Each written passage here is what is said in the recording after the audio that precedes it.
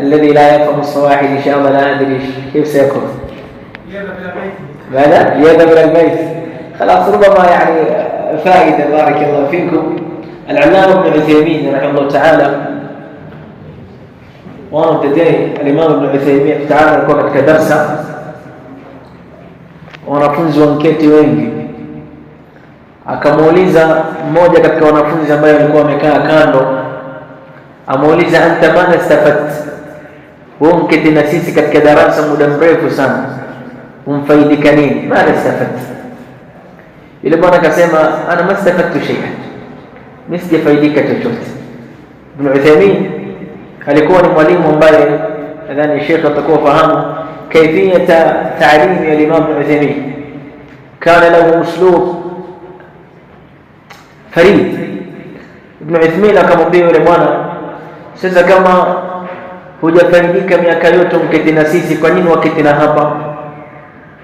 Yule bwana akasema wallahi ma jalastu fi hadhihi almajlis au fi hadha almajlis illa liajida barakata kalam rasulillah sallallahu alaihi wasallam alqawm la yashqa ma'ahum jalisuhum. Asema mimi sijakaa katika hii darsa illa nipate yale maneno ambayo kwamba ameyazungumza Mtume sallallahu alaihi wasallam aliposema hao ni watu ambao kwamba nikaa nao hapati tabu, lazima tafaulu mbele ya Allah subhanahu wa ta'ala, sababu malaika wako hapa wanaeneza rahma zao katika hizi majlisi.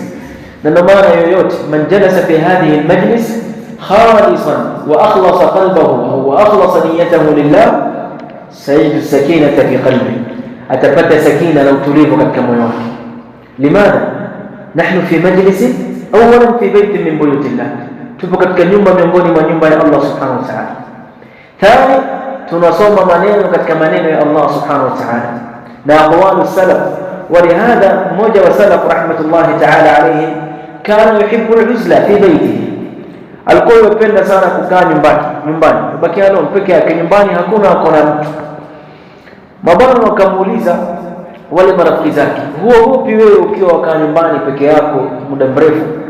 Asema kaifa astawhish wa ana ujalisu as-sahaba, vipi mimi nitapata tabu hali na kiti na masahaba radhiallahu ta'ala alayhi. Yakusudia nini? huwa jalasa fi baitihi, naam, yupo nyumbani kwake, lakini yasoma maneno ya Allah, yasoma aqwal as-salaf rahmatullahi ta'ala alayhim, asoma sira ya masahaba, yupata amani na happiness katika moyo wake, sababu anasoma sira ya wale watu. Lidhalika asa hata huyo mtu ambaye kwamba haelewi Kiswahili kingine anaweza akaketi na akafaidika insha Allah. Barakallahu fikum.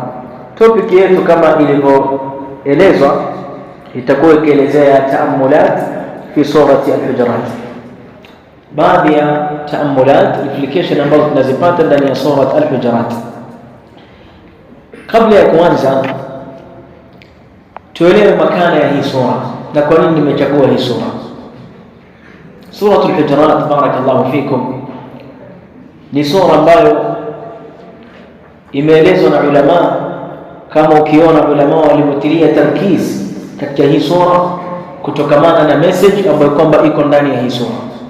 Hii sura fihi risala au fihi rasail adhima, kuna risala nyingi sana ambazo hizi risala zinaenda kutengeneza society, zinaenda kutengeneza mujtama, zinaenda kutengeneza community za watu, inaenda kutengeneza manyumba za watu, inatengeneza maisha yao, kwa sababu ni sura ambayo rakaza fil adab, imetilia muhimu katika mambo ya adab.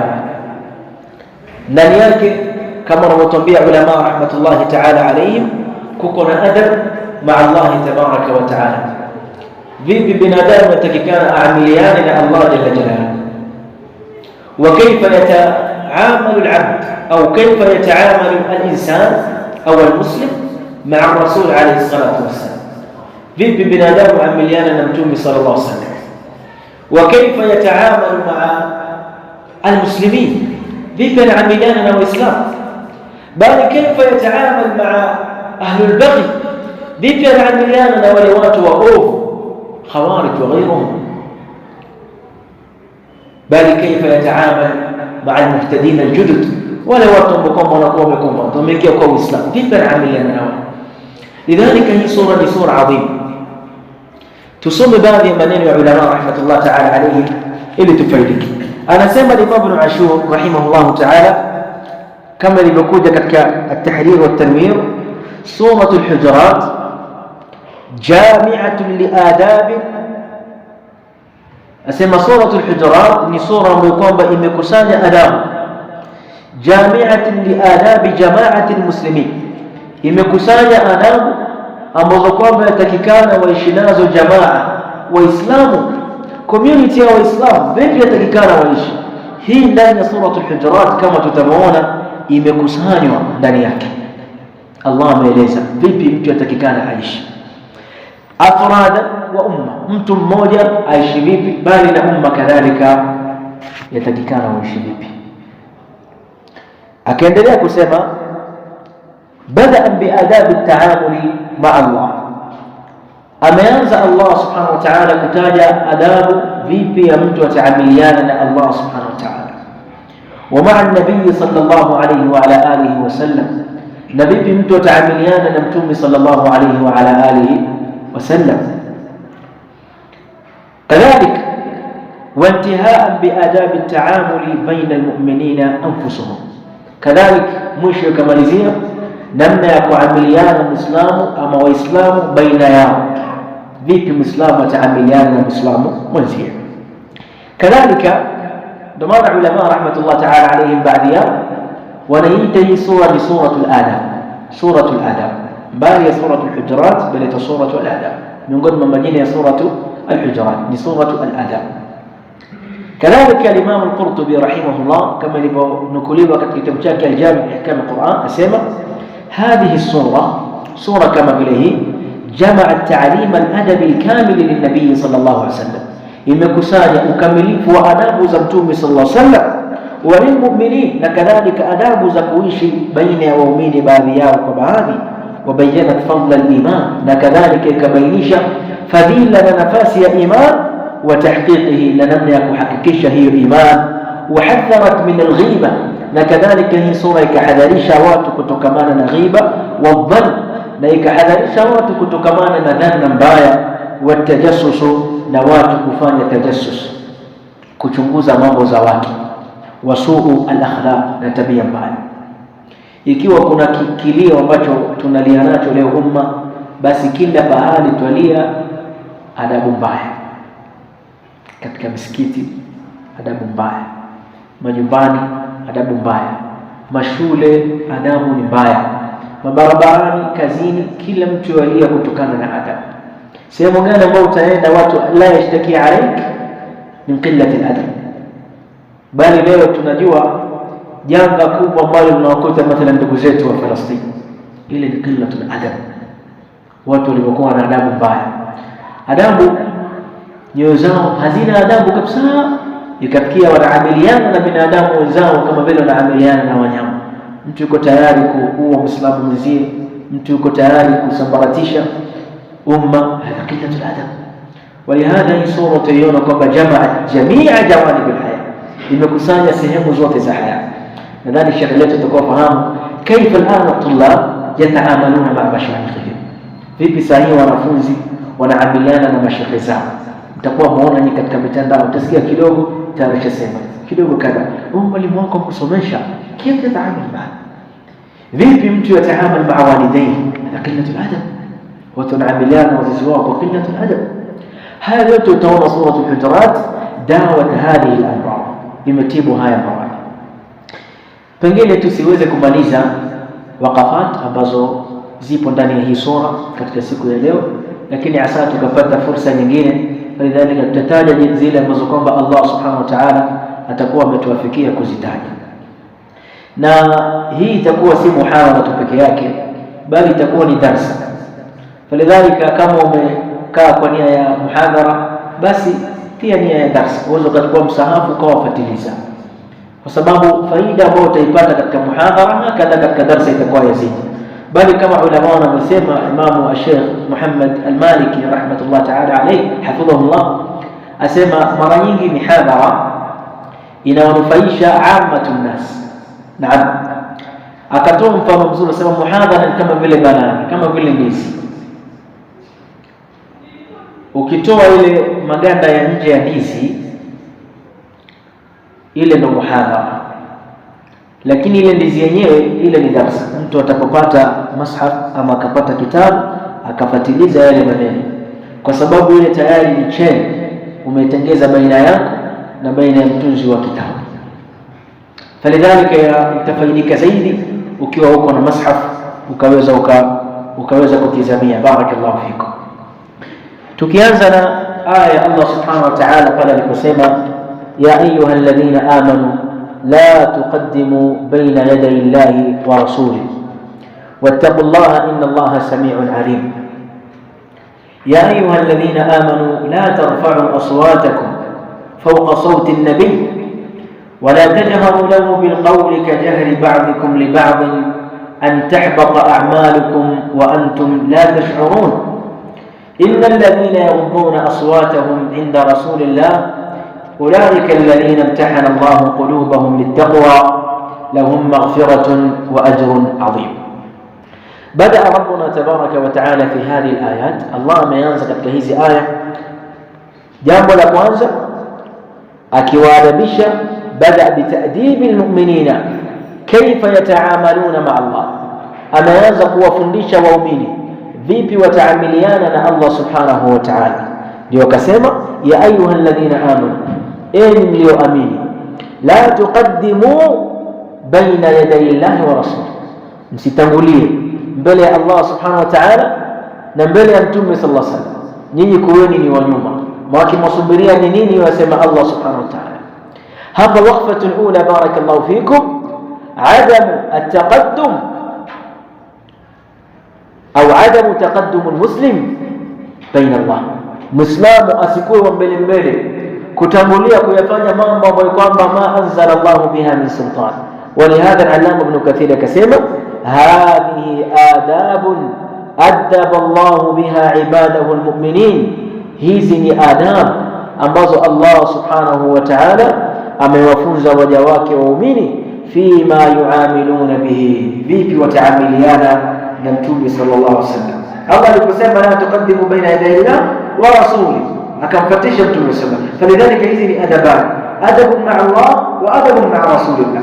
Na ulama wanatuambia katika adabun ma'a Allah subhanahu wa ta'ala ni mtu amwamini Allah subhanahu wa ta'ala na afanyie kazi yale ambayo kwamba Allah subhanahu wa ta'ala amemfundisha. Wa hadha sayakunu mu'min, kama anavyosema Abdullah bin Abbas radhiallahu ta'ala anhu, idha sami'ta ya ayuha alladhina amanu fa aslih sam'ak fa innama hiya amrun tu'mar au nahyun tunha.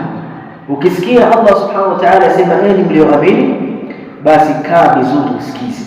Popote pale utapokuwa ukisikia ya ayuha alladhina amanu, kaa vizuri usikize, kwa sababu imma amrun tu'mar, ni amri Allah subhanahu wa ta'ala anataka kuamrisha waja wake, wa imma nahyun tunha, ama ni makatazo ambayo kwamba anayakataza waja wake. Na hii miongoni mwa khasais za umma wa Mtume Muhammad alayhi salatu wassalam, nidahum bil iman, Allah anawaita kwa iman. Kwani imepokelewa kwa baadhi ya salaf rahmatullah ta'ala alayhi na baadhi ya vitabu zao ueleza ya kwamba Allah alikuwa akiwaita Bani Israili, akiwaita ya ayyuhal kafara, enyi mliokufuru, mal'uni, enyi mliolaaniwa.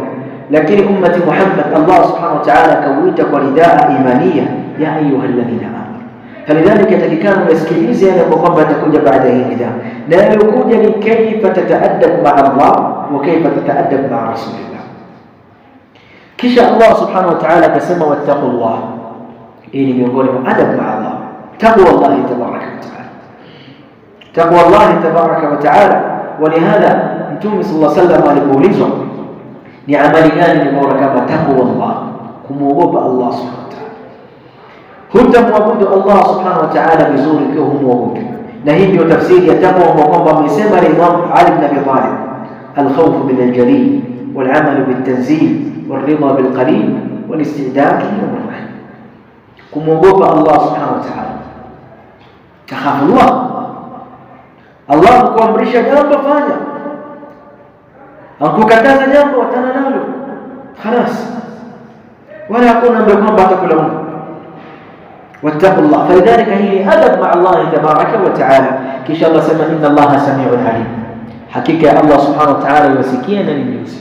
Hizi ni miongoni mwa sifa za Allah subhanahu wa ta'ala ambazo zinabeba maana nyuma yake. Ikiwa Allah subhanahu wa ta'ala ni samii, basi jua kwamba yasma' kulla ma taqulu, kila maneno ambayo kwamba utayazungumza. Yakiwa ni maneno ya khairi fa inna Allah yasma', yakiwa ni maneno ya shari fa inna Allah yasma'. Kisha Allahu alim, na kadhalika Allah subhanahu wa ta'ala yajua amali zote ambazo kwamba wazifanya.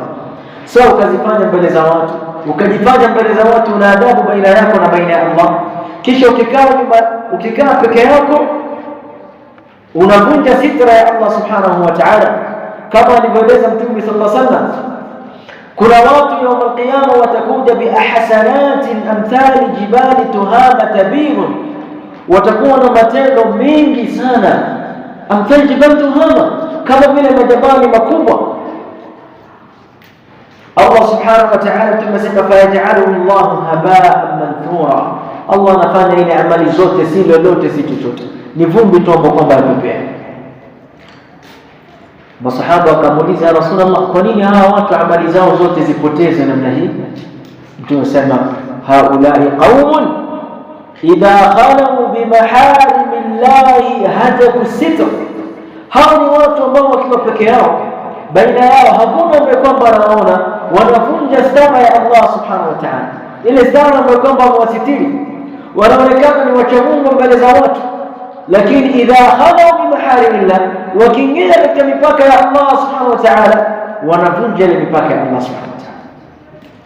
Hii ni katika madhambi kama ulama wametuambia dhunubul khalawat, madhambi yale ambayo kwamba wanayafanya ukiwa mafichoni, hakuna ambaye kwamba anakuona, uko baina yako na baina ya Allah subhanahu wa ta'ala. Na hii ndio imani, kama anavyosema Sheikh Shuaib hafidhahullah ta'ala. Ukitaka kujua kwamba uko mbali na nifaq, jitizame ibadatuka fil khalawat. Vipi ukiwa peke yako fanya ibada? Ukiwa mbele za watu waswali mashallah, kwa vizuri, usulumu maneno mazuri, lakini idha kunta wahdak bainaka wa bainaka na Allah, madha ta'mal? Ama wewe ndio yule ambaye kwamba ukishasimama mbele ya Allah subhanahu wa ta'ala hakuna ambaye kwamba anakuona, kama alivyosema mshairi, idha ma qala li rabbi amastahyita ta'sini wa tukhfi dhanba an khalqi bil isyan. Utajibu nini pale atakapokuuliza Allah subhanahu wa ta'ala kwamba idha ma qala li rabbi, wala wangu atakapokuja kuniuliza mimi amastahyita ta'sini, huna haya wewe ni asi, tukhfi dhanba an khalqi, waficha madhambi kwa waja wangu. Ukiwa mbele za watu utakaonekana mwema, na bila isyani tatii, ukikaa peke yako unaweza kumasi Allah subhanahu wa ta'ala. Lidhalika uelewe, muogope Allah subhanahu wa ta'ala, na uelewe ya kwamba Allah subhanahu wa samii, yuwasikia hata kama uko pahali ambapo kwamba hakuna mtu ambaye kwamba anakuona. Wakadhalika Allah alim, hata kama wafanya hakuna mtu ambaye kwamba anakuona. Lidhalika hii ni adab mambo kwamba atakikana awe nayo mja baina yake na baina ya Allah subhanahu wa ta'ala. Kisha Allah akasema ya ayuha alladhina amanu la tarfa'u aswatakum fawqa sawti nabi, enyi mlioamini msinyanyue sauti zenu juu ya sauti ya Mtume sallallahu alayhi wa ala alihi wasallam, wala tajharu lahu bilqawl, wala msimzungumzishe Mtume sallallahu alayhi wasallam kajahri ba'dikum li ba'd, kama mnapozungumzishana baina yenu na baina yenu, mnapokuwa mbele ya Mtume sallallahu alayhi wasallam zungumzeni na yeye kwa adabu. La tajharu lahu bilqawl kajahri ba'dikum li ba'd. Hapa kuna adabu mbili ambazo Allah subhanahu wa ta'ala amezitaja na wakfa mbili. Wakfa ya kwanza Allah aliposema la tarfa'u aswatakum, msinyanyue sauti zenu fawqa sauti an-nabi, mbele ya sauti ya Mtume sallallahu alayhi wa ala alihi wasallam. Hii ni adab Allah bihi al-mu'minin, adabu ambayo kwamba Allah subhanahu wa ta'ala amewaadabisha waumini. Na hii aya iko na sababu ya kuteremka, lakini haina haja ya kutaja kutokamana na kwamba sisi nahnu narakiz ala alwaqa'i, tunasimamia zile wakfa. Lakini kinachotakikana baina la ya ayuha alladhina amanu la tarfa'u aswatakum fawqa sawti an-nabi, ulama wanatueleza ni yale mazungumzo ambayo kama mnapokuwa mazungumzo baina yenu na baina ya Mtume sallallahu alaihi wasallam, msinyanyue sauti zenu. Naam, maana yake nini? Unapozungumza na mtu mkubwa, maana yake kuwa na adabu, haina haja kupandisha sauti sana ikiwa unazungumza na mtu ambaye kwamba ni muhtaram. Walihadha unapokuwa unazungumza na Mtume sallallahu alaihi wasallam, Lakini kadhalika maana hii aya, barakallahu fikum, inarudi katika ile maana ya mwanzo. Nyinyi msio mpenda kuzungumza mkaacha maneno ya Mtume sallallahu alaihi wasallam. Mtume amezungumza kitu fulani, nyinyi mkazungumza kitu kingine. Itakuja mpaka leo Mtume ametuamrisha tufuate sunna, wewe unaleta bid'a. Mtume amkuamrisha ufanye kitu fulani, wewe unafanya kinyume yake. Hii rafu saut mbele ya Mtume sallallahu alaihi wasallam ni jambo ambalo kwamba litakikana Muislamu yakif inda haddi Allah tabaraka wa taala wa inda haddi rasul, anasimama katika mipaka ya Allah na mpaka ya mtume wake. Mtume qala kalam khalas, hii hazidishi. Baadhi yao nataja hapa Ibn Kathir wa taala ametaja kwamba hii aya miongoni mwa sababu zake ni kwamba Abubakar na Umar siku moja Mtume sallam alikuwa anataka kutuma jeshi. Huyu bwana Abubakar akatoa rai yake na Umar akatoa rai yake. Unajua Abubakar na Umar walikuwa ni aqran. Kisha wakaanza kuzozana mbele ya Mtume sallallahu alaihi wasallam. Ikateremka hii aya kwamba la tarfa'u aswatakum fawqa sawti an-nabi. Kisha Allah akasema wala tajharu lahu bilqawl, wala msimzungumzishe Mtume sallallahu alaihi wasallam kwa maneno kama vile mnapokuwa mnazungumzishana baina yenu. Na hili miongoni mwa adab ambayo kadhalika adaba Allah bihi ibadahu almu'minin. Allah huwafundisha waja wake waumini pale wanapokuwa wanazungumza na Mtume sallallahu alaihi wasallam. Ikiwa Allah mwenyewe hakumuita Muhammad kwa jina lake, hivi ni da kisha ya Muhammad ndani ya Qur'an. Majina inakuja Allah subhanahu wa ta'ala atataja wasfu yake, ama itakuwa ni katika siyaki ya maelezo tunataja jina la Mtume sallallahu alaihi wasallam. Na hii ilikuwa ni miongoni mwa alama za wanafiki. Ukiona mtu anamuita Mtume sallallahu alaihi wasallam kwa jina yake ya Muhammad, ni miongoni mwa alama za wanafiki. Sababu wanafiki walikuwa kinyo shakasirika, sema ya Muhammad anamuita ama wale washirikina. Lakini muumini kanu la yunaduna Muhammadan sallallahu alaihi wasallam bismi mujarrad. Hii ni adab ma Allah au adab ma Rasulillah. Na ndio maana hata wewe leo bosi wako utakwenda kumzungumzisha pengine, utamuita jina zuri, bosi vipi? Samahani bosi, ni bosi la. Sasa kama bosi wako kwa binadamu duniani muita bosi, vipi na Mtume sallallahu alaihi wasallam? Lidhalika ahra watu kuwa na adab baina yao na baina ya Mtume sallallahu alaihi wasallam. Ilipokosekana adabu baina ya waja na Mtume sallallahu alaihi wasallam, ndio mkaona leo kama kuna baadhi ya mambo yanatokea. Kila siku yatajaddad katika mawaqi social media, utaona kuna mtu fulani amemtukana Mtume sallallahu alaihi wasallam, kuna mtu fulani amezungumza maneno kadhaa. Ikiwa wewe Muislamu hujui hizi adabu za kuamiliana na Mtume sallallahu alaihi wasallam, vipi wewe mwingine atazijua? Ndio maana ulama wakitueleza kaifiyat taamul ma hadhihi al-umur. Watu wanakuja wakamtukana Mtume sallallahu alaihi wasallam, uchukue panga kwa wachinje? La, wewe mwenyewe pengine kuna mafundisho ya Mtume uyafanye, wacha Muslim. Kinachotakikana watu wamsome Mtume Muhammad alayhi wasallam, wajue makana yake, wajue nafasi yake. Position ya Mtume sallallahu alaihi wasallam ni kubwa, aijue. Ukishajua heshima ya mtu, basi utamweka katika ile nafasi yake. Lakini wewe ukiwa hujui na ukifundishwa ukielekezwa jambo, wewe waleta maneno yako, maana kila siku mwana kila kitu haramu tu, kila kitu haramu tu. Ma kana limu'minin wala mu'minatin idha qala Allahu wa rasuluhu amra an yakuna lahu al-khiyaratu min amrihi. Allah na mtume wake wakihukumu jambo, muumini hana kurudi, amiliana na Mtume sallallahu kama alivyokufundisha Allah tabaraka wa taala. Al-Arab walikuwa wakija kwa Mtume sallallahu alaihi wasallam kama ilivyothibiti hadithi ya istisqa. Mathalan, Mtume alikuwa amesimama katika mimbar, akaja mara moja akasimama kule nje akasema ya Muhammad, ya Muhammad, mazao yote yameangamia, tuombee dua bila adab. Na ile hadithi ambayo kwamba anataja Imam al-Hakim ibn Uday, Mtume sallallahu alikuwa katika mahfal min ashabi, fajaa rajulun a'rabi min bani Sulaym, alikuwa amechukua kenge ameenda kuwinda, ama wengine wanasema kama akachukua gazani, akapita katika sehemu akakuta watu wameketi namna hii mbele ya Mtume sallallahu alaihi wasallam. Tazameni watu walikuwa hawana adab na Mtume sallallahu alaihi wasallam. Akafika akaanza kumwambia Mtume maneno machafu. Kwa sababu gani? Kwa sababu huyo alikuwa hajui nafasi ya Mtume sallallahu alaihi wasallam. Akamwambia majtamalat an-nisa'u ala ma fi lahjatin akdhaba minka wala abghadha minka ilayhi ولولا أن تسميني العرب عدولا لقتلتك فسرعت الناس بقتلك. Ambia sijaona mtu mrongo kama vile wewe. Watu wajikusanya pembeni yako na wadanganya sana wewe. Kama sio kuogopea Waarabu wangeniita majina mabaya ningekuua wewe. Lakini kaifa kama khuluqu Rasul sallallahu alaihi wasallam. Vipi mtume alipokuwa? Mtume akaamiliana na yeye kwa upole. Yule bwana akamchallenge mtume sana. Sema Rasulullah, mimi hapa niko na huyu jazali wangu lakini ninamuinda mkufa. Sasa nakuwekea mbele yako. Akizungumza huyu jazali na akikubali kwamba wewe ni mtume na mimi nitakubali. Na hii miongoni mwa miujiza ya mtume sallallahu alaihi wasallam. Mtume akamshika yule jazali. Akamuuliza, "Man ana?" Yule jazali akajibu, "Anta rasul rabbil alamin bilisan arabiy mubin yafahamuhu jami'ul hadir." Wewe ni mtume wa Allah, mtume ambaye kwamba Allah amemteremsha kwa ulimwengu wote.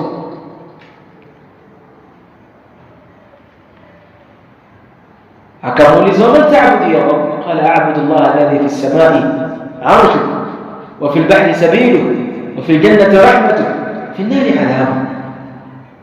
Yule bwana akasilimu baada ya kuona na kujua nafasi ya mtume sallallahu alaihi wasallam.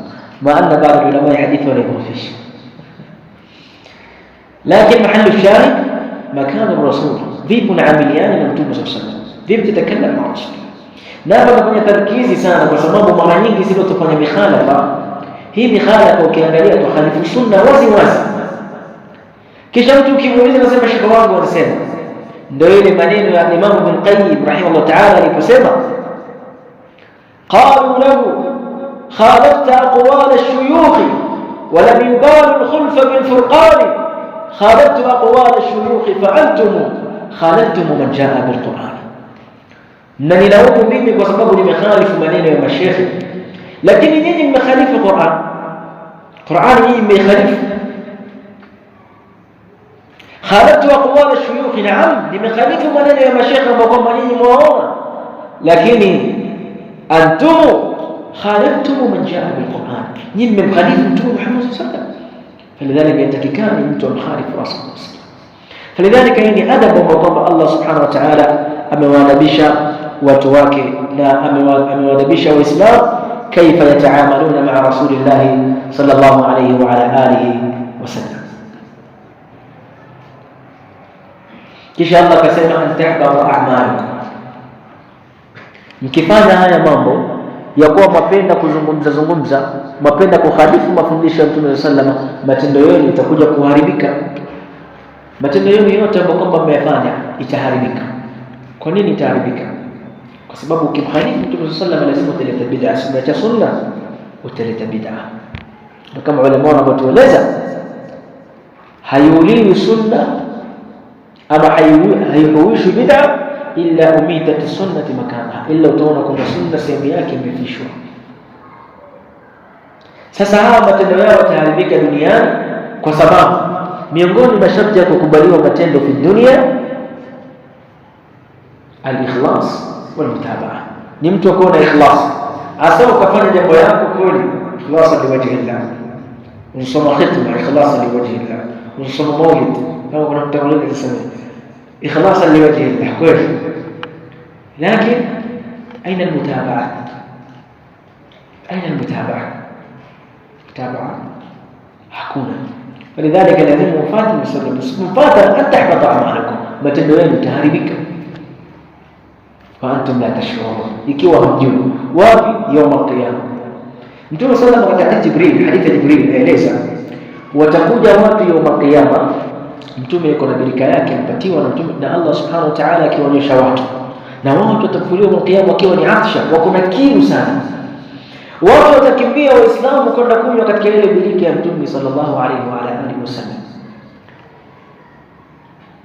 Jibril atasimama pale na malaika, atakuwa anawafukuza wale watu. Kuna watu wanakunywa hivi, wengine wanazuiliwa.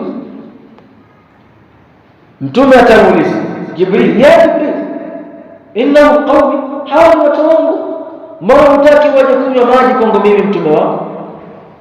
Jibril fa innaka la tadri ma ahdathu ba'dak, hujui hawa bwana wamfanya nini baada yako. Baada yako ileta bid'a katika ulimwengu, baada yao ileta mambo ya khurafat, mambo kama haya kufundishwa na Uislamu. Mtume atakasirika na ile jambo kwa sababu tayari shawaonya wale wake wa iyyakum wa muhdathati al-umur. Mtume atamwambia suhqa na wakati mbaya na mimi. Falidhalika hii ni hatari ya mtu kujitanguliza mbele ya Allah subhanahu wa ta'ala na mbele ya mtume na kunyanyua sauti yake mbele ya Allah subhanahu wa ta'ala mbele ya mtume sallallahu alaihi wasallam. Qala an tahbata a'malukum wa antum la tash'urun. Kisha Allah akasema innal ladhina yaghudduna aswatahum 'inda rasulillah ulaika alladhina imtahana Allah qulubahum littaqwa lahum maghfiratun wa ajrun 'azim. Iwafanyeni wala kwamba watafanyia kazi haya mafundisho ya Allah subhanahu wa ta'ala. Wasema innal ladhina yaghudduna aswatahum, hakika wale ambao watakuwa wanashusha sauti yao, hawazungumzi sauti ya juu, wanazungumza sauti ya chini. Yaghudduna aswatahum inda rasulillah, idha kanu yukhatibuna ar-rasul yaghudduna aswatahum, sauti yao inakuwa chini. Wanazungumzisha Abu Bakr radhiallahu ta'ala anhu lamma nazalat hadhihi al-aya فقال والله لا أكلم النبي إلا كما أكلم أخي السريف. Nitakuwa sizungumzi na Mtume sallallahu alaihi wasallam ila kama vile ninazungumza na kakangu, tena nazungumza naye kwa sauti ya chini. Kwa sababu gani? Allah anasema ulaika alladhina imtahana Allah qulubahum littaqwa, au kwamba watakuwa wanazungumza kwa kushusha sauti zao na kwa maana zote ambazo tumezitaja, sawa kama ni maana ya kufanya mambo ambayo kwamba ameyafuata Mtume sallallahu alaihi wasallam na anataka Muislamu, ama sauti yenyewe. Ukifanya hivi wewe utakuwa katika watu ambao kwamba Allah subhanahu wa ta'ala amewapatia imani yako itakuwa iko safi. Kisha Allah kaahidi asema ulaika lahum maghfiratun wa ajrun 'azim, hawa watakuwa na maghfira mbele ya Allah subhanahu wa ta'ala na watakuwa na msamaha mkubwa. Al-Imam Ibn Kathir ta'ala anasema katika hii aya ulaika alladhina imtahana Allah qulubahum littaqwa ay akhlasaha Allah tabaraka wa ta'ala, ay Allah subhanahu wa ta'ala ametakasa nyoyo zao na ametakasa imani zao. Kwa sababu gani? Kwa sababu wafanyia kazi mafundisho ya Allah subhanahu wa ta'ala. Kisha Allah subhanahu wa ta'ala akaendelea kutaja ndani ya hii sura, barakallahu fikum, asema innal ladhina yunadunaka min wara'i al-hujurat aktharuhum la ya'qilun, hakika wale ambao kwamba wanakusemeza na wanakuita wewe mtume nyuma ya vyumba vyako, aktharuhum la ya'qilun, wengi wao ukiwatizama utaona akili zao haziko sawa. Kwa nini? Mtume yuko ndani na familia yake yampumzika, wao unakuja unaanza kupiga kelele ya Muhammad ya Muhammad ya Muhammad. Kuna akili wewe? Watu wampumzika, mtu wako na ahli zake na familia yake, unakuja na mwita na nyanyua sauti yako. Qala ulaina alladhina yunadunaka min wara'i al-hujurat aktharuhum la ya'qilun walau annahum sabaru, lau hawa watu wangekuwa na subra. Hii ni wakfa nyingine, barakallahu fikum, watu kujipamba na subra. Allah sema walau annahum sabaru, lau hawa watu wangesubiri hata takhruja ilayhi, mpaka ukatoka ukienda kwao kuwasikiza wasema nini, lakana khayran lahum, hilo jambo ingekuwa ni bora kwao kuliko kukuita wewe nyuma ya pazia ukiwa huko ndani.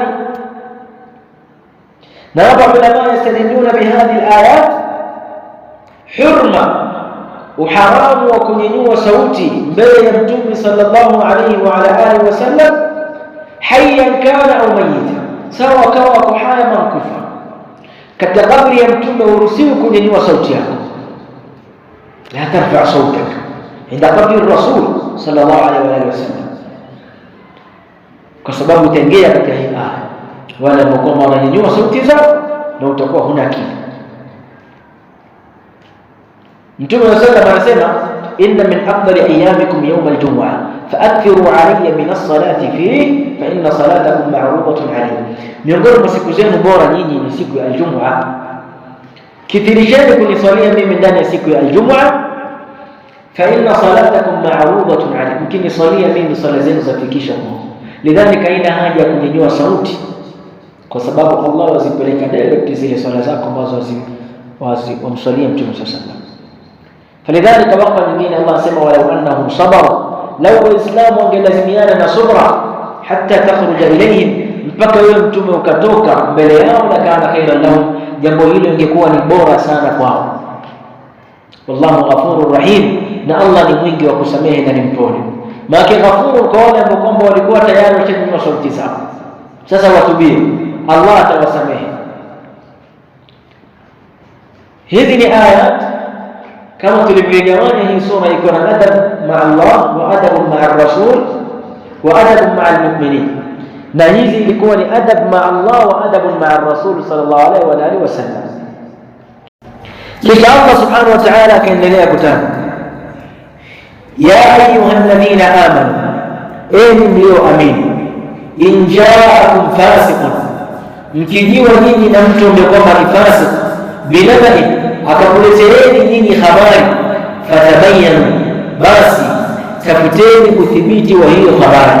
Na katika riwaya nyingine katika qiraat fatathabbatu, kwamba tafuteni udhibiti wa hiyo habari. Hiyo habari ni kweli. Kwa sababu gani?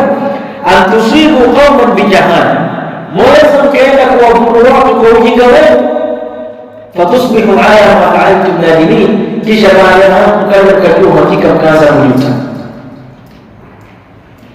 Hii aya barakallahu fikum ndio tunapoanza almuamala baina almuslimina ba'dhum ba'd, namna kuamiliana waislamu baadhi yao kwa baadhi. Vipi atakana waislamu tuamiliane? Allah akataja jambo la kwanza, atadabbutu fil akhbar, kuweza kutafuta udhibiti katika habari. Inkuja kwako habari, tafuta udhibiti, usieneze tu ile habari kabla hujajua je habari ya kweli na habari ya uongo. Na unapotumia katika hii habari kuna habari aina tatu. Habari ya kwanza ni khabaru sadiq, habari ya mtu mkweli, hiyo inapokelewa moja kwa moja. Na khabaru sadiq upokelewa moja kwa moja. Kisha kuna khabaru kadhib, habari ya mtu mrongo, hiyo habari kupigwa moja kwa moja kwa sababu ni mrongo. Kisha al-khabaru fasik, habari ya mtu ambaye ni fasik, mtu ambaye ana uovu, hujua kana kuzungumza kweli na kuzungumza uongo. Atakao mtizamo ya habari ya kweli, fatathabbatu. Sasa habari ya kwanza ina neno, habari ya pili moja kwa moja taibu, habari ya tatu kwa khabaru fasik. Hapa atakao tafuta udhibiti, wa illa yatatokea haya, tusimu qauman bijahala, mkaenda kuwaadhibu watu kwa ujinga wenu, wa antum la tashkurun, fatusbihu ala ma fa'altum nadimin. Hii aya barakallahu fikum, ulama rahmatullahi ta'ala alayhim, nadhani mashaka zetu wapo wanajua masala ya hadithi. Kuna baadhi ya ulama wamekataa kupokea khabar majhul al-hal, habari ya mtu kwamba hajulikani, huyu ni mtu, huyu ni fasik ama ni mtu mwema. Ikiwa mtu mjui usipokee habari yake, kwa sababu hujui atakuwa anazungumza kweli ama anazungumza uongo. Zamani hadithi katika asru al-diraya ama asru riwaya al-hadith, watu walikuwa wanaanza kupokea hizi hadithi, ilikuwa kuna watu wanazungumza uongo. Mtu anaweza akaketi tu nyumbani kwake wakatengeza hadithi mwenyewe na kaka anasema kaipa tu hata aljanna, yule ndio kwamba atakuja samaki fish siku ya Friday ataingia peponi. Kwa sababu gani? Kwa sababu yeye yuko na shughuli yake za samaki. Sasa ukiingia pale ukaona hadithi haya kwa sababu na kaka anasema kaipa tu hata aljanna, utanunua samaki kwa wingi, sio? Ulama wakawa wanafanya tahabbus katika kupokea hadithi, na ndio maana mpaka katika kujizuia kupokea hadithi, al-Imam Abu Hanifa, mmoja katika ulama wa Sunna wal Jamaa, baadhi yao wakawa wanamshusha daraja yake kutokana na kwamba alikuwa yuwarudia hadithi nyingi sana, na Abu Hanifa kwa siku moja akawa atumie kiasi yake mwenyewe, lakini alikuwa akubali baadhi ya hadithi kwa sababu uongo ulikuwa kwa wengi. Mtu anataka kuzungumza uongo, kadhib yapo hapa, kwa yakdhib ala rasulillah, wamzungumzia uongo Mtume sana.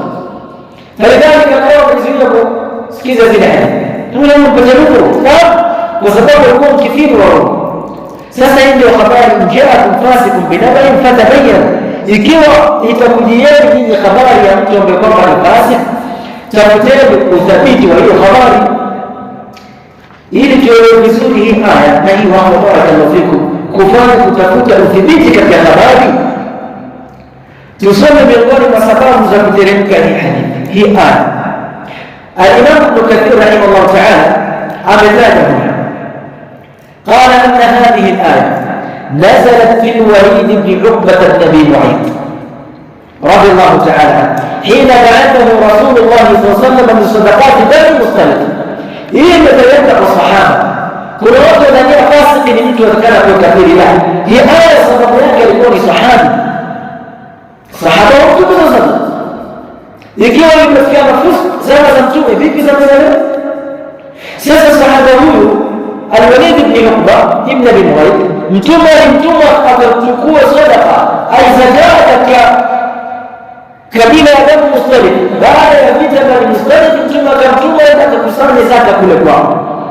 Qala waqad ruwiya dhalika mithlu hizi, nadhani riwaya zake ziko nyingi, lakini tutaje hadithi nyingine ambayo kadhalika maana yake ni ambayo kiongozi wa hiki kikundi alikuwa bwana mmoja kitu Al-Harith ibn Dhirah.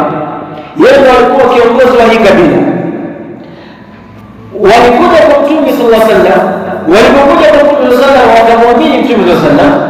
Mtume akawarudisha, wakarudi nyumbani kwao, akamweleza kwamba aenda kuwafundisha watu wake dini. Kweli Al-Harith akaenda kuwafundisha watu wake dini na akawa anakusanya zakat. Akakubaliana na Mtume sallallahu alaihi wasallam ya kwamba ikifika wakati fulani mtumalie mtu aje apokee zaka kwamba atakuwa nimekusanya kutoka kwa watu wao.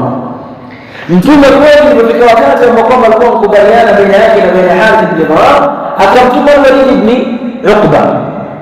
Yule bwana alipokuwa barabarani yenda wajaba alistari alikuwa na kamkani kiasi. Alifika barabarani akaogopa. Aliposikia akajumua akarudi. Aliporudi akamwambia Rasulullah, haulani Bani Mustaliq imtanu ala zakat, wamekataa kutoa zaka. Kumbe ndio hakufika, wamkataa kutoa zaka. Ndio wamekataa kutoa zaka, sema na tena wanataka kuniua mimi. Ndio Mtume akatuma jeshi iende kwa wale watu wa Bani Mustaliq. Al-Harith alipoona ile taifa kwamba alikuwa ameingiana naye, ameingia agreement na Mtume sallallahu alaihi wasallam, wakubaliana na Mtume sallallahu alaihi wasallam kwamba aje kupokea zakat impita, akatoka na watu wake waenda kwa Mtume sallallahu alaihi wasallam. Akakutana sufa na yule kiongozi ambaye Mtume alikuwa amemtuma aende kwao kufuatilia hii habari. Aambia nini? Mmetaka kumuua mjumbe wa Mtume sallallahu alaihi wasallam, mmekataa kutoa zaka, sema nani? Sisi hatujua mtu yoyote. Ndio hii ikateremka aya, jaakum fasiqun binaba'in fatabayyanu. Akija mtu anataka kuwaleteeni habari, tafuteni kwanza udhibiti wa hiyo habari. Je, ni kweli? Riwaya nyingine katika sababu nuzul nafsu kama Mtume sallallahu alaihi wasallam alimtuma Uimana kwenda kupokea zaka. Sasa wale watu ambao walikuwa wameenda kupokea zaka, hii riwaya anaitaja kadhalika Ibn Kathir hipo hapo. رواية ابن عون عن ابن عباس قال كان رسول الله صلى الله عليه وعلى آله وسلم بعث الوليد ابن عقبة بن أبي معيط إلى بني مصطلق ليأخذ منهم الصدقات. Mtume alimtuma Uqba aende akachukua zaka kwa Bani Mustaliq. Wa innahum lamma atahum al-khabar, hawa sasa watu wa Bani Mustaliq, sizameni mambo yalivyo, kiambia tathabut ndio. Hawa watu wa Bani Mustaliq waliposikia kwamba kuna mjumbe wa Mtume sallallahu alaihi wasallam anakuja kuchukua kwao zaka, wakafurahi sana. Qala wa innahum lamma atahum al-khabar farihu, wakafurahi wa kharaju yatalaqawna rasulillah, wakatoka wakienda kumlaki na kumpokea mjumbe wa Mtume sallallahu alaihi wasallam. Unajua kila watu wako na hada sawa. Waarabu wenyewe ni watu wa mapanga, sio? Mwana katika mausi zao zile utaona tunasimama mapanga na hivyo kawaida ya mapanga ya. Sasa hao bwana walipokuwa watoka ile furaha wakanyosha mapanga wakionyesha kwamba wako happy, wako na furaha. Yule bwana anakuja watu wanampata na mapanga. Akasema hapo tutakuchinjwa. Akarudi na speed, akakimbia, akarudi. Aliporudi akaenda kumwambia Rasulullah, hapa bwana wanahitaji. Umetuma kwao bwana wanahitaji. Mimi ndio nataka kuniua mimi. Mtume sasa akamuua. Mtume atuma mjumbe wake aende kule. Afika pale wale jamaa wanauliza, jamaa tumestaajabu sisi, tumeona mjumbe wa Mtume sana anakuja, tukafurahi kwenda kumpokea. Maana hata tukashangaa warudi. Kumbe yeye alikuwa anapanga akaomba ndio kwa alikuwa anapanga. Injaakum fasiqun binaba'in fatabayyanu.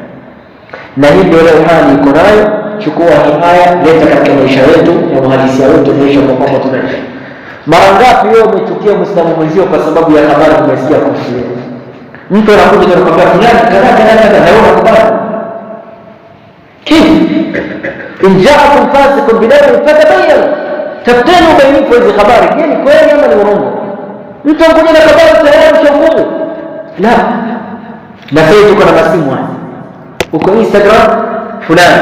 Kuna klipu inaelezwa siku chache kwamba Sheikh Abdulrahman Sudais yule mama Maka anawaeleza Waislamu kwamba jamaa, mwaona hizi hafalati zinazosimamishwa katika nchi ya Saudia, msijali. Haya mambo ya starehe tu, kila mmoja anaruhusiwa kufanya. Wala msiwasikilize wale watu ambao wanawakataza kufanya hapo. Subhanallah. Hafalati ambazo watu wanacheza wako uchi wazi. Kisha Sudais mpaka anaruhusu vile vitu. Ni nini? Watu watekeza mambo kupitia masimu haya. Wakafanya editing, akaonekana kama vile shehe yule. Wewe ukisikia tuseme kipindi ya Maulidi ikaelezwa maneno kama Sheikh Sudais anaingiza watu wacheze Maulidi. Maneno ya uongo. Sitaji kumwona, lakini nazungumza fasi habari yake kuja vipi?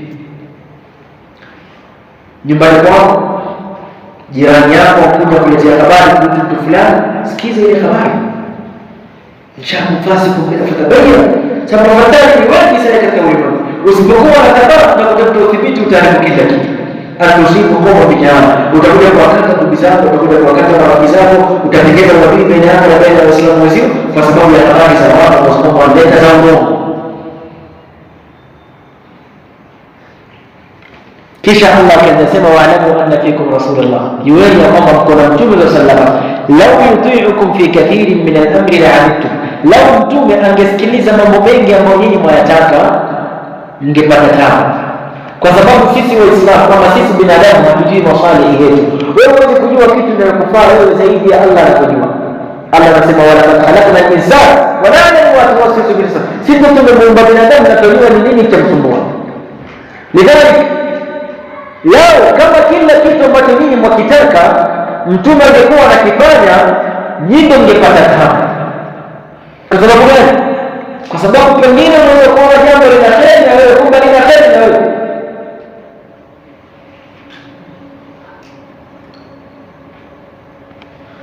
ولكن الله حبب إليكم الإيمان، لكن الله سبحانه وتعالى amekupambeni nyinyi na imani, akaipendezesha kwenu imani ikawa ni sababu ya nyinyi kumfuata Mtume sallallahu alaihi wasallam. Wazayyanahu fi qulubikum, na akazipamba nyoyo zenu kwa imani. Wa karaha ilaykum al-kufra, na Allah subhanahu wa ta'ala hakubali, amepinga kwenu ukafiri, walfusuqa, na mambo ya uchafu, wal-isyan, na kumuasi Allah. Ulaika humur rashidun, hawa watu ambao wanajipinga wanajiweka mbali na ukafiri na ufasiki na isyan, hao ndio ambao wataongoka mbele ya Allah subhanahu wa ta'ala. Fadlan min Allah wa ni'man wallahu alim, wa ni'matan wallahu alim hakim. Hiyo ni fadhila itokayo kwa Allah subhanahu wa ta'ala, watu kufuata njia sawa na kufuata mafundisho ya Mtume sallallahu alaihi wa alihi wasallam, na Allah ni mjuzi na ni mwingi wa hikma. Hizi ni aya ambazo kwamba watu tukazitaja zikihusiana na habari ya mtu ambaye kwamba ni fasik na mtu ambaye kwamba ni asadiq na mtu ambaye kwamba ni kadhib. Adana la adri yufa wala la. Alhamdulillah, salatu wassalamu ala rasulillah. Naam, baada ya kumaliza adhabu baina ya Waislamu na Allah, adabu baina yao Waislamu na Mtume sallam, na adabu katika upokezi wa habari. Allah subhanahu wa ta'ala akiendelea sema, walakin Allah habbaba ilaykum al-iman wa zayyanahu fi qulubikum wa karaha ilaykum al-kufra wal fusuqa wal isyan. Ibn Kathir anasema karaha ilaykum al-kufra, maana ya kufru inakusudiwa hapa ni adhunubu al-kibar, ile madhambi makubwa. Al-kufr madhambi makubwa. Wal fusuqa wal isyan jamu al-maasi. Al-kufr wal fusuq haya madhambi makubwa. Ama al-isyan ni madhambi mengine yoyote, kama madhambi madogo na kadhalika. Kisha Allah subhanahu wa ta'ala akasema ulaika humur rashidun, hao ndio watu ambao kwamba watakuwa wameongoka, wao ambao kwamba watasifika na hizi sifa ambazo kwamba Allah subhanahu wa ta'ala amezitaja. Kisha Allah subhanahu wa ta'ala tukimalizia mambo ya mwisho asema, hii ni aya muhimu sana sana sana sana sana sana kutokamana na nafasi yake na jamii ambazo kwamba tuishi. Qala in ta'ifatan min al-mu'minina iqtatalu فأصلحوا بينهما فإن بغت إحداهما على الأخرى فقاتلوا التي تبغي حتى تفيء إلى أمر الله فإن فاءت فأصلحوا بينهما بالعدل وأقسطوا إن الله يحب المقسطين. الله سبحانه وتعالى سمع وإن طائفتان من المؤمنين اقتتلوا, ikitokea vipote grupu mbili za Waislamu zikagombana, فأصلحوا بينهما, fanyeni islah, tafuteni njia ya kuweza kutatua huu ugomvi ulioko baina ya haya makundi mawili. Adab inda al-ikhtilaf wa inda al-ikhtilaf, tumetofautiana sisi watu wa msikiti huu na watu fulani, tutafute ni njia gani tutaitumia kusuluhishana. Watu wa nyumba hii na nyumba hii wanateta, watafute namna gani watasuluhishana. Baba na mama nyumbani wakosana, watizame njia gani ambayo wataitumia kufanya sulhu baina yao. Wa in ta'ifatan min al-mu'minina iqtatalu fa aslihu bainahuma, ikitokea kuna magrupu mawili yanateta baina yao, basi fanyeni islah. Fa in baghat ihdahuma 'ala al-ukhra, ikiwa kuna grupu nyingine itafanya dhulma kwa watu wengine, faqatilu allati tabghi, basi ipigeni vita hii grupu ambayo kwamba inafanya uovu, hatta tafia ila amri Allah, mpaka ishuke na kukubali mafundisho ya Allah subhanahu wa ta'ala. Fa in fa'at, ikitokea hii grupu ya pili na yenyewe nayo pia ikakubali kuingia katika sulhu, fa aslihu bainahuma bil 'adl, fanyeni sulhu baina haya magrupu mawili lakini kwa uadilifu. وأقسطوا العدل والإقساط كالمياه إن الله يحب المقسطين, حقيقة الله سبحانه وتعالى وفعنا ولوات ومقام ونفانا إصلاح. وهذه الآية تحققت في قصة الحسن بن علي بن أبي طالب. هي آية يكحقيقة في قصة الحسن بن علي بن أبي طالب, بعد كنا روايات يمكن أسباب يمكن, لكن يقول مظاهر ya islah baina fi'atayn min almuslimin, ni islah ambayo kwamba ilipatikana katika zama za Al-Hasan bin Ali bin Abi Talib. Ilipotokea ugomvi baina ya Ali bin Abi Talib na baina ya Muawiya, walizozana kutokamana na kifo cha Uthman bin Affan. Uthman bin Affan alikuwa ndugu yake Muawiya na aliuawa kwa dhulma. Muawiya kwa katika kisas, Ali radhiallahu ta'ala anhu akawa anaona kwamba hii kisasi iko, lakini kuna mambo yatakana tuyatengeneze kwanza before tuingie katika kisasi. Ikatokea mpaka ugomvi baina yao ukazuka, na wanafiki na Khawarij wakaeneza fitna katika safu za Waislamu. Ikatokea vita kubwa baina ya Waislamu kama wakiatul Jamal, masahaba wengi wakakufa, wanapigana wote wa Waislamu. Vita baina ya Al-Hasan, vita baina ya Ali bin Abi Talib na baina ya Muawiya kama ni vita endelevu, hatta lamma jaa fi zamani Al-Hasan. Marhaban bi shaykh, ma sha Allah, hada shaykh Allahu akbar. Allah. Wallahi idha jaa alma batala tayammum. Hao ndio walimu wangu wa jamii mimi nasoma Islamic University of Kenya, na hao ndio walimu wetu ambao wanatusomesha. Lidhalika nashinda naendelea kuzungumza ambapo mashana, lakini nimeashiria shehe na kwamba wanaendelea. Allah subhanahu wa ta'ala yafadhi mashaikh zetu wote. هذه المرأة إن شاء الله كامل بارك الله فيكم. فلذلك هي وقع ilipotokea vita ikatoka baina ya watu wa Muawiya mpaka ikaenda, na Muawiya na Ali walikuwa wanafanya njia nyingi za kufanya islahi, lakini mahawarij na watu wa fitna siku zote na watu wa chini, watu wa fitna, sulhu haikutokea mpaka ikafika wakati Ali alipofariki akashika madaraka al-Hasan. Al-Hasan aliposhika madaraka, aliposhika utawala, akajishusha, akampatia hukumu Muawiya, na Waislamu wote wakakuwa pamoja, na mwaka ukaitwa Aamul Jamaa, mwaka wa jamaa, kwamba jamaa kwamba Waislamu wote wakakuwa kitu kimoja. Falidhalika ni dalili miongoni mwa dalili zinazoonyesha yatakikana watu wafanye islah baina yao, islah baina ya at-tawaif. Hizi ni wakafata ambazo tumeziashiria na ziko nyingi. Kutokamana na muda biidhnillahi taala tunaweza tukakomea hapa, tukirejea tuko haraka. Wakfa ya kwanza tumetaja al-adab ma'a Allah wal adab ma'a Rasulillah, ambayo inaashiriwa katika aya ya Allah subhanahu wa ta'ala, ya ayyuhalladhina amanu la tuqaddimu baina yaday Allahi wa rasulihi wattaqullaha inna Allaha sami'un alim. Na wakfa ya pili hifdhu sauti inda nabii sallallahu alaihi wasallam, kushusha sauti zetu mbele ya Mtume sallallahu alaihi wasallam, ambayo imeashiriwa katika aya ya pili, ya ayyuhalladhina amanu la tarfa'u aswatakum fawqa sawti an-nabiy wa la tajharu lahu bil qawl, mpaka mwisho. Na wakfa ya tatu ni ataamul ma'a al-akhbar, kuamiliana na habari zinapotufikia. Allah akatuambia in ja'akum fasiqun binaba'in fatabayyan, atapokujieni mtu fasiki kwa habari, basi tafuteni bayani kwa hizo habari. An tusibu qawman bijahala, msije mkaja mkawafuru watu wengine kwa ujinga. Fatusbihu ala ma fa'altum nadimin. Na hapa ulama wanatuambia katika habari la budda min at-tathabbut, na kadhalika kutajia khatar al-isha'a katika mujtama. Na wakfa ya nne ambayo tumeitaja al-islahu baina al-mu'minin, kufanya islahi baina ya Waislamu, pale Allah aliposema in ta'ifatani min al-mu'minina iqtatalu fa aslihu bainahuma, ikitokea kuna magrupu mawili ya Waislamu wameteta baina yao, basi fanyeni islahi baina yao. Na Allah subhanahu wa ta'ala akatufundisha, ikitokea kuna pote alitaka kufanya uadilifu, Allah akatuamrisha tulipige vita sote kwa pamoja ile pote ambalo kwamba litakuwa linaleta fitna, hata tafia ila amrillah, mpaka ile pote lirudi katika njia ya Allah subhanahu wa ta'ala. Fa in fa'at, ikiwa watakubali hawa watu kurudi katika njia ya Allah subhanahu wa ta'ala, fa aslihu bainahuma bil 'adl, fanyeni islahi baina yao kwa uadilifu. Aqsitu inna Allah yuhibbu al-muqsitin.